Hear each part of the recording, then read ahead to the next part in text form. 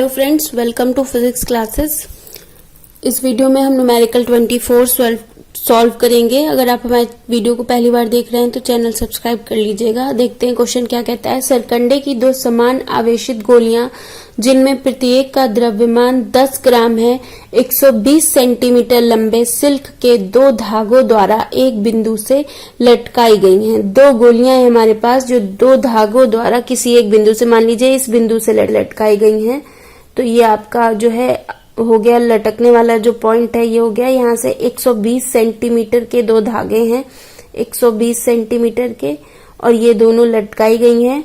और ये कहा गया है कि ये जो है प्रत्येक के द्रव्यमान 10-10 ग्राम के हैं। इसका भी द्रव्यमान 10 ग्राम है और इसका भी द्रव्यमान 10 ग्राम है। प्रतिकर्षण के कारण उनके बीच की दूरी 5 सेंटीमीटर है और इन दोनों के बीच की दूरी 5 सेंटीमीटर है। यानी ये इसको इधर प्रतिकर्षित कर रही है और ये इसको F बल से इधर प्रतिकर्षित कर रही है। प्रत्येक गोली पर आवेश का मान ज्ञात कीजिए। समान आवेशित गोलियां हैं तो इस पर भी Q आवेश है, इस पर भी Q आवेश है और आवेश का मान हमको ज्ञात करना है। तो देखिए ये जब इस तरह से होता है कि किसी एक दृढ़ बिंदु से कोई भार लटक रहा होता है, जैसे कि यहाँ पे 10 ग्राम का लटक रहा है, तो ऊपर की तरफ टेंशन लगता है और नीचे इसका भार हो रहा होता है, लग रहा होता है। तो यहाँ पे हमने ले लिया mg sin थीटा, ये वाला घटक इसका ले लिया। तो ये जो गोलियां हैं ये संतुलन की अवस्था में है। तो जब संतुलन की अवस्था में तो इसका जो प्रत्यानयन बल है वो इसके वैद्युत बल के बराबर होगा। यानी प्रत्यानयन बल इज इक्वल टू वैद्युत बल, ये दोनों आपस में बराबर होंगे।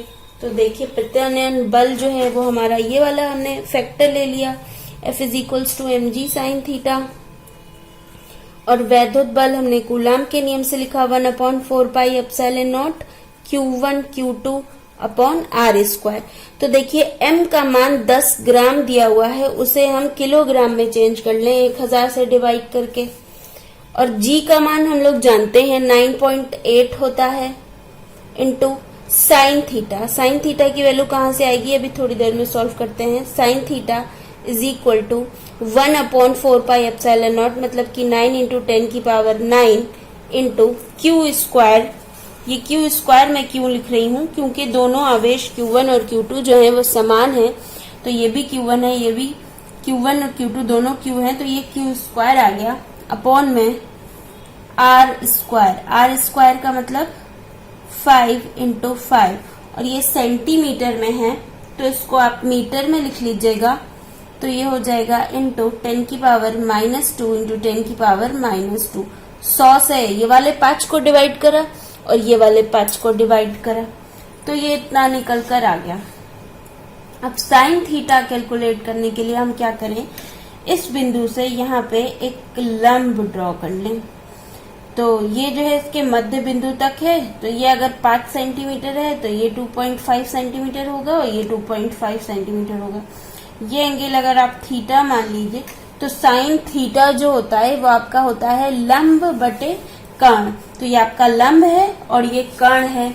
लंब का मान है आपका 2.5 अपॉन कर्ण का मान है आपका 120, और ये 2.5 भी सेंटीमीटर में है और 120 भी सेंटीमीटर में है, तो सेंटीमीटर से सेंटीमीटर कैंसिल हो गया और ये आपका साइन थीटा जो है वो 2.5 अपॉन 120 आ गया।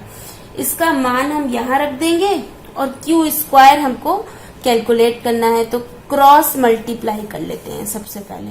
तो देखिए Q square is equals to, इसकी मल्टीप्लाई करते हैं 10 into 9.8 into sine theta. Sine theta का मतलब 2.5 अपॉन 120 इंटू 5 इंटू 5 इंटू 10 की पावर -2 10 की पावर -2 अपॉन में क्या आ जाएगा 9 इंटू 10 की पावर 9 इंटू 1000। ये इतना आ गया। अब इसमें छोटी सी कैलकुलेशन है वो हमको करनी है, तो देखिए आगे और कैलकुलेट कर लेते हैं।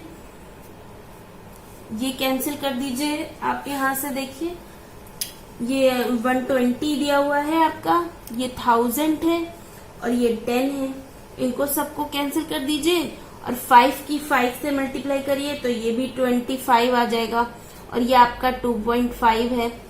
तो यहाँ देखिए हम लिख लेते हैं, ये वाला 9.8 हमने लिख लिया और ये 5 और 5 की मल्टीप्लाई करी तो 25 और ये 2.5 और 25 का स्क्वायर 625 होता है, एक प्लेस के बाद पॉइंट लग गया तो ये 62.5 हो गया इंटू 10 की पावर, यहाँ देखिए ये 3 है, ऊपर जाएगा तो माइनस का 3 हो जाएगा, ये भी माइनस का 4 हो जाएगा, तो ये माइनस का 4 और माइनस का 4 माइनस का 8 हो जाएगा और माइनस का 8 है ये और ये प्लस का 1 है।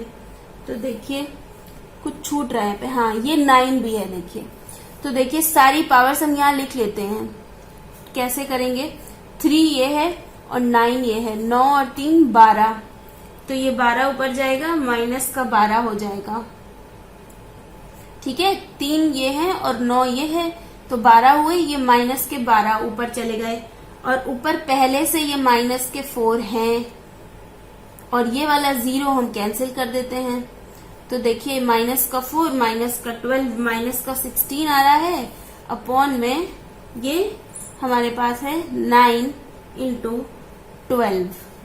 तो ये देखिए अब इसको और थोड़ा सा सॉल्व कर लेते हैं, तो इसको भी हटा दीजिए, इसको हटा दीजिए और इसको हटा दीजिए, तो ये माइनस का 2 हो जाएगा।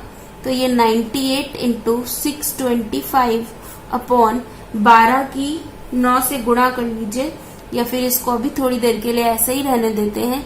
10 की पावर, यहाँ देखिए 4 और 2 16 और ये माइनस का 12 है, तो ये हो गया 4 और 2 6 और 2 18 माइनस का 18। इसे हम कैंसिल कर देते हैं, तो 2 के टेबल से कैंसिल करके देखते हैं। 2 6 जा 12, 2 4 जा 8 और 2 9 जा 18, तो ये हमारे पास आया 49 और ये 6 है, ये 625 है।